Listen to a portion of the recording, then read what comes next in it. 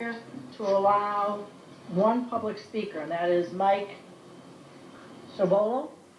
Mr. Sobola? Yes, thank you. Please identify yourself for the record. Yes, thank you very much on my dad. I apologize for not being able to make it earlier. My name is Mike Sobola. I'm here, about myself, I have taught all grades. I was fortunate enough to be a uncertified teacher. They were desperate. I have a technical background in science and math. The reason I'm here is I went to Deerfield Beach High School as a student, and in Rapid City, where I spent a number of years, Rapid City unfortunately was the first community to have a student walk in with a shotgun. And as we all know, our community has had some serious things happen lately as well. In fact, I'm not going to ask you questions. I know you can't answer it, but it is a federal statistic, not mine, it's not my opinion, that 1 out of 5 children before reaching the age of 18 has been exposed to something that has met a degree of criminal prosecutability, not just something that would make a parent upset. And this is our government's federal statistics. These come out every 4 years. They are not mentioned. I do not know why. But here's the deal.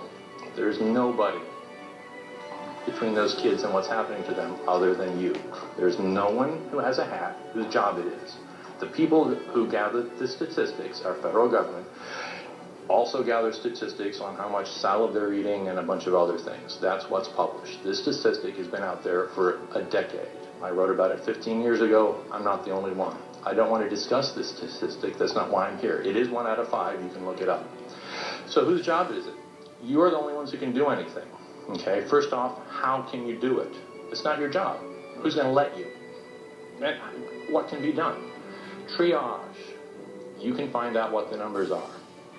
For our students, 250,000 students, real numbers. It's called anonymous polling. If it cost $1 million, I could ask you for $1 million and you'd be all impressed and give it to me. It involves a penny. You flip a penny. You ask the students. You tell them. If it's heads, you say yes.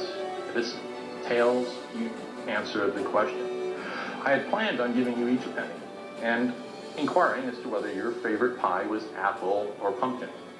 It's a bit complicated because you can't answer, so I'm going to skip ahead. We could still do it. I could ask you to write on a piece of paper. Pick the top or the bottom. I could ask you to do it now if I can't ask you for your permission. But let's say you were to write on a piece of paper. I'd say, okay, pick one. You'd pick the top or the bottom. I'd say, okay, call the top heads, bottoms, tails. Now, if it were children, I can phrase this much more carefully. 3 minutes, it's the end of the day. It could be phrased as, and you will spend hours deliberating this. Believe me, the question can be phrased. Has anything happened that you were uncomfortable, that you felt trapped and you couldn't share with an adult? It could be that simple, and you can have an answer that will not upset parents. It won't upset the kids. If I ask, excuse me for pointing, but one of you, whether your favorite pie is apple or whatever, you won't tell me. But I can ask all of you. You'll say heads, heads, tails, tails, heads, heads, heads, tails, tails. None of you will know whose favorite pie or whatever. Okay, so we can ask our children these tough questions. That is not an excuse. I'm out of time? Yes, wrap up, please. To wrap up, please consider, and perhaps we should have a discussion. We could have a meeting, board meetings, talk with you people, whatever is necessary. One thing I was very encouraged, you are all so motivated, and we're all talking about money. Please don't think about any of these things. It's not an issue of money. It is an issue of acknowledging that there's a problem and then worrying about it. If a child is on fire, and that's what we're talking about, this is literal abuse, and they're on fire now, not next month, not last month, it's not someone else's kids. As we're speaking, out of our 250,000 kids, students, 50 are newly being abused as we're speaking, and they're on fire in pain now, this second.